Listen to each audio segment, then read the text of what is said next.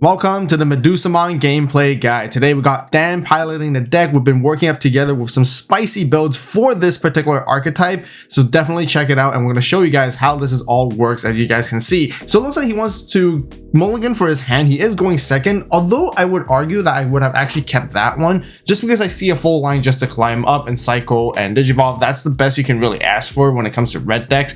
But overall, I can kind of see why, just because I think he wants to go for pieces like these, such as memory boosts and searching cards, so that he can find what he needs and try to build the optimal stack as well. So gonna go ahead, no rookie to start off with, and this is where things can start looking pretty bad, because the opponent is playing against Atmon and they're gonna have a Haru, which is a memory setter, so he's gonna go ahead and take it slow and establish. There's no rookie in the back either to come out just yet, so he feels like he probably has enough time to take a little bit slower to find and gather what he needs. Now he finds the rookie, which is Gilmon. The Owen is going to start off and give him memory now, as long as there's Digimon on the opponent's side of the board. He's going to Digivolve into it so that he can draw a card, which is nice because the EX for Gilmon can Digivolve for 0 on top of Gigimon, which is the main egg of this deck. Now you guys can see the spice already, which we will showcase you guys very soon and how this works. The idea of Zuber Egamon and the Legend Arms deck fits actually fairly nicely in the Medusamon archetype to help provide it raid and extra DP buffs so that it can reach really high DP levels, swing over many things, and have piercing at the same time, which is perfectly what the deck needed. Here the opponent is trying to cycle and, going into their Timemon, tucking in the Sculptmon to draw 2 and trash 2. That's really all that you're trying to do. Here we're going to go ahead and have the full line and ready to push out. Having the boost, having the training pretty much means we can go all the way up into a potential level 5 and then into Medusamon in that same turn as well. So he's going to go ahead and Digivolve into Cyberdramon first to force a trash, and then being able to utilize the egg to go into Medusamon for reduced cost of 1, paying 3 instead of 4. And then now we're going to use the Owen end of turn after deleting with Medusamon, playing out Petrification Token, letting us attack here to swing for 2 checks. And this is going to be a lot of damage aggression right off the bat, putting the opponent to 3 security. This is not the ideal stack we really want, but this is still something we can work off of with, and he still preserves a lot of resources for a potential clapback play if he needs to, just because there's, again, the boosts and trainings that he didn't really exhaust all of them just yet, and really he just needs to build a second line, and he's a really comfortable position. The opponent has addressed this Medusamon right off the bat already, because it's going to constantly attack, constantly remove security, and constantly delete that Petrification Token, which is ideal for us to trash the opponent's security non-stop. And that's the pressure that Medusamon can really exert on the board. Even though it doesn't have protection, it forces an answer, and the opponent doesn't really have all the pieces that they need can easily get into. So it looks like in a hard Digivolve into a Globemon for 4 cost, tucking something underneath and pretty much getting to draw a card with Haru, and that is going to delete the Medusamon, because with all the DP buffs that we have, it's at our turn at the end of the day. The Globemon is 13k, but that's okay, because here again they don't have really like a rookie in the raising ready to come out either again, and felt like there's not a lot of damage it can deal with. And now Dan can build for a slightly more optimal stack in the back by having Zuber Egamon ready to go, and that's really what you want to have. You don't really want to Digivolve any further in the back because you have all those resources. So here I can see he's contemplating on how he wants to juggle the cards that he wants to utilize. There's few choices. He can either pop the boost and play a Cyclomon to pop the Petrification Token, or the Ukomon to trash additional security, but in the end he decided to hard drop the Tide to ensure that he can start the memory at 3 later on, just because the opponent doesn't really have lethal on the board exactly just yet. The Petrification Token can't suspend, so it can't attack, and now the opponent goes into Gaiamon, which unfortunately there's no Charismon to provide it protection, but at least it gets to trash more security, unsuspend, and it's a pretty beefy blocker, which it is sitting at 19k. But that's the nice thing by having our package that we're going to show you guys in our turn. We're going to go pop off really crazy and gain a ton of DP, and that blocker is not going to be affecting us whatsoever. Even if it has the protection, it doesn't matter, because we're going to be so big and we're going to finish the game here. With all those boosts, Owen's going to give us memory. We're going to have 4. We're going to use a Zuber Eager to pay the 1 to tuck it underneath the existing Zuber Eager, so now that it gains extra 4,000 DP, as well as raid and piercing In this position, it would be ideal to go into a Lamiamon, where the Lamiamon with all those DP buffs would be sitting at 15k, but that's still not enough to actually go over the Gaiamon. So in this case, Dan's gonna probably go into the Cyberdramon so that we can proc and trash the opponent's security, and then give us a Evo into Medusamon, which will help us reach even higher than the Gaiamon instead. Now, normally what I wanted to do is actually go into Lamia, so then swing with Lamia. 15k was pretty beefy, and then as soon as we check in the security, we can go for the progress combo and everything else to go into Medusa and pop everything as we check so that we can showcase you guys. But this is still a very good alternative way, because he's going to go into that Cyberdra, like I said, forcing the opponent to tuck away in the security from their hand and then trashing the top. And with 6 memory, there's just plenty to utilize. And the Cyberdramon is going to give another extra 4k buff to the Medusamon, utilizing the Digimon egg to reduce the Digivolution cost once again.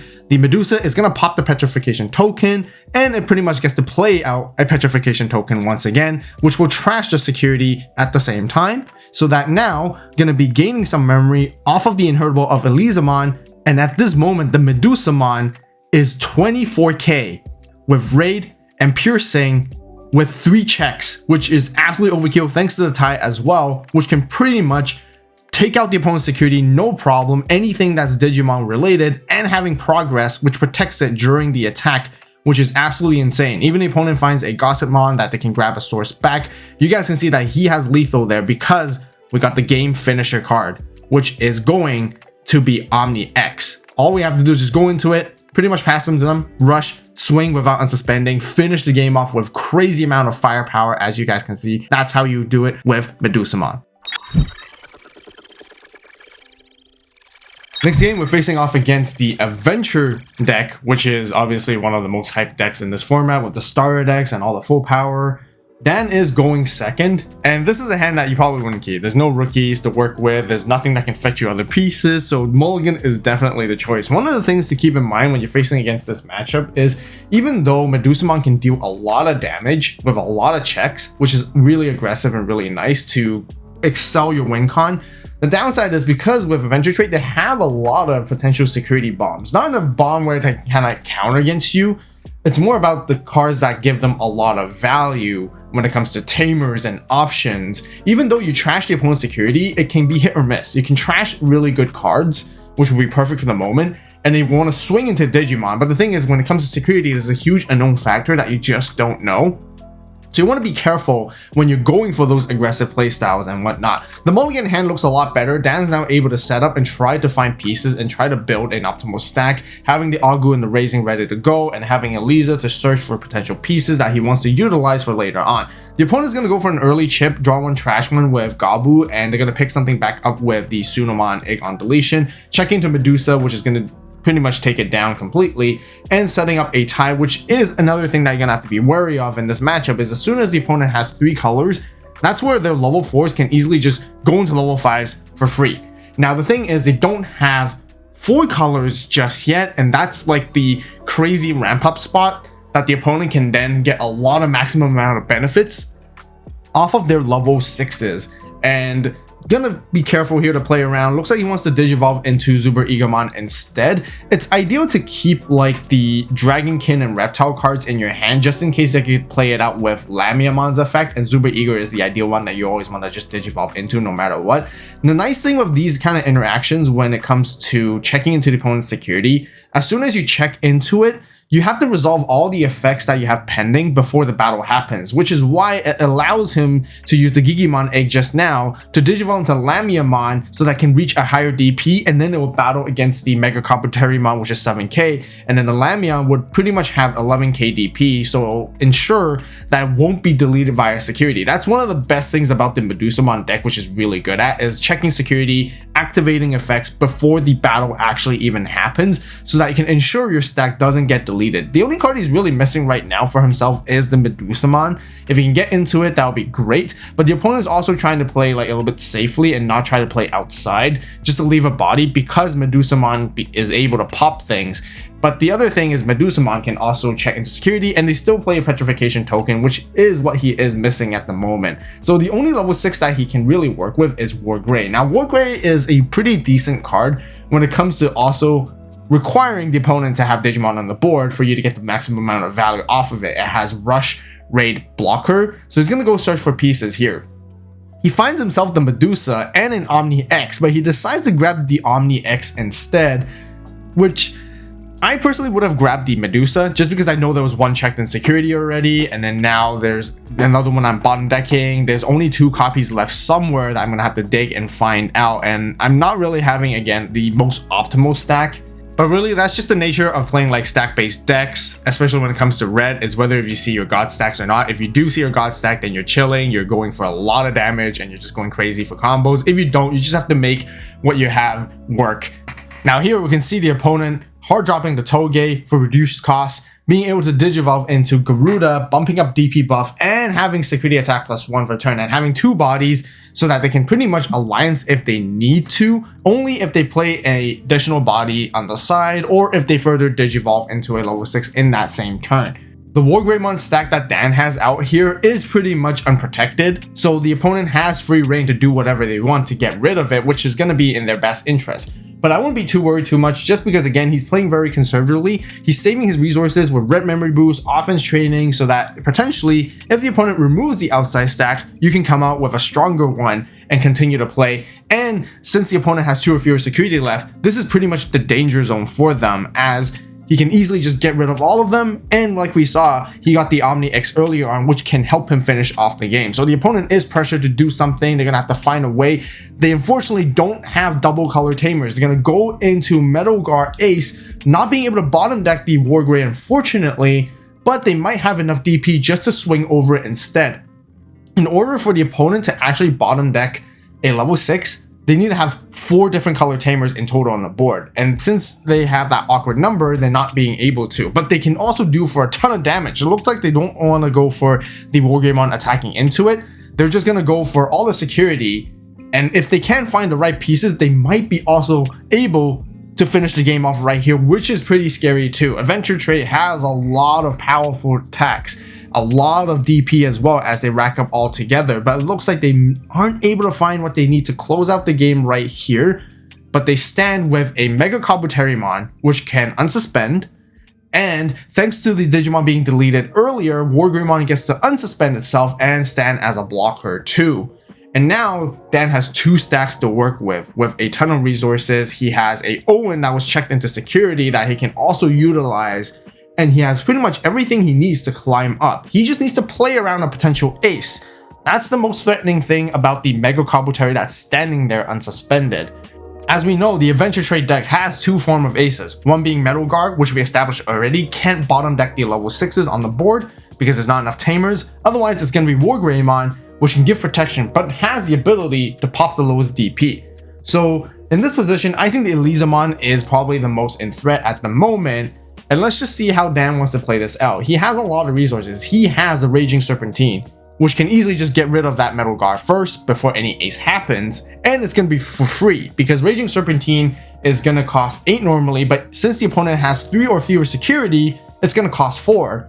And if they delete the highest DP Digimon, being the Metal Garurumon, they gain Ace Overflow 4 back, which is a 0 cost option right there. Not going to be able to use the delay this turn, and we know this is going to be the final turn ideally, unless he wants to play control and get rid of everything and then sit tight and then maybe go for a safer game-winning play afterwards. But I don't think he needs to. He probably has all the pieces right there that he needs. He's going to go ahead and raid into the Mega Kabuterimon with the Wargreymon to see what happens. And that is massive in terms of DP, because no matter what ace he gets into, it is going to swing over it. And like we established, the only card that can bottom deck is the Elizamon. Now he's got rid of it, he gets to unsuspend, there's no piercing though, but he's going to gain Ace Overflow with 10 memory to work with, and he can now swing for 1 more attack, and all he has to do is find a way to finish the game off. Well, the pieces are really there. He has a Rush Gilmon, which there should be 20 cards in total in both players' trash at this moment already, to use that to swing, and then he can go into Omni X for game. And here, the opponent checks into a Joe Mimi, which I mentioned earlier, that's the dangerous things. If you give the opponent tamers in the Adventure Trait deck to work with like this, without going for the lethal play, that is where the opponent can make really huge clapback plays. At this point, I think he's just trying to fancy out where he just wants to climb into another Medusamon stack since he has so much memory, but really all he has to do is play out the Gilmon, rush, make an attack, and then Omni-X for game. But yeah, the Medusamon's not going to do too much right there. There's nothing to pop anyways. The opponent's already down to the final security, so playing a petrification token is not going to further trash them either. So yeah, Gilmon, Rush, Swing, and then Omni-X on top of the Medusa to finish it off. Alright, for this game, we're going to take up the challenge up a notch by facing against Virus Imperial, which is also a pretty strong competitive deck. And I just really thought to show you guys that this is a very unoriginal or weird way to win a game, because it's very, very funny, and honestly, the opponent did not expect to see this at all. So Dan decides to go for this hand and decides to play out the Eliza, digivolving with Agumon at the back, and Eliza can actually grab double targets because Eliza is being a reptile and the other trait that it has is liberator. So that's going to be 2 hits, which is really good. Meanwhile, the opponent is really just trying to set up for their Virus Imperial, playing the analog used to find pieces that they need, set up their trash, which isn't the best at the moment, but they continue to add more and more things. Eventually, if they find a rookie, they're going to be able to pop off and go crazy depending on what they have in their hand and in their trash at the same time. And they're going to be wanting to look for the BT16 Wormmon. And luckily, there's no rookie ready in the raising just yet. It looks like the opponent is stuck a little bit there, but Dan continues to play the elizamon. Looks like the opponent did finally have a rookie. They decided to hard drop the Wormmon here to search and fetch a piece, and they're pretty much ready to go if they have everything else gathered there. Here, he has a ton of rookies, not being able to really climb up, and eventually found an Owen by digivolving into the Medusamon right there to play out for free, using the end of turn to attack with it so that he can gain the memory first off the Eliza inheritable. The Metro is going to get deleted here, and I think he's contemplating if he wants to digivolve into a level 5. But the thing is, with the Digimon egg, it's really cool because it lets you digivolve any of your Digimon, and it doesn't have to be specifically the Agumon there. So he's going to digivolve into a Cyclomon for 1 cost, popping the Wormmon to prevent the opponent from being able to play with that Wormmon at all. And basically, they finally found a rookie, so they're going to have to digivolve into the BT16 at the back. And here, they're continuing to find their pieces and set up, and with memory boost and everything. But this is the moment where he is actually going to go ahead and attack into the opponent's security, since they only have 4 left anyways, and he shipped previously from the previous turn. So he's also deciding here, does he want to evo into a Lamia or even a Cyberdramon for the reduction cost of 1. And the cool thing is the double Digimon eggs can actually stack on top of each other 1 at a time to digivolve into something else and then digivolve once again. But he's going to not use any of that, and he's going to continue chipping away, which is very dangerous because you can see the opponent having all those tamers and options set up, but it just doesn't matter because in the end, he's just going to hard drop this Wargreymon, which itself has Rush, and use Owen to swing for game. What a crazy thing, way to end the game, guys. This is super cool. Don't forget to grab the Destined Partners playmat and the status counters on the AVAULT store, which are perfect accessories to help assist you guys while playing the game. As always, thank you guys so much for watching. You guys have a great day, great night, wherever you are. See you in the next video. And this is AVAULT signing out.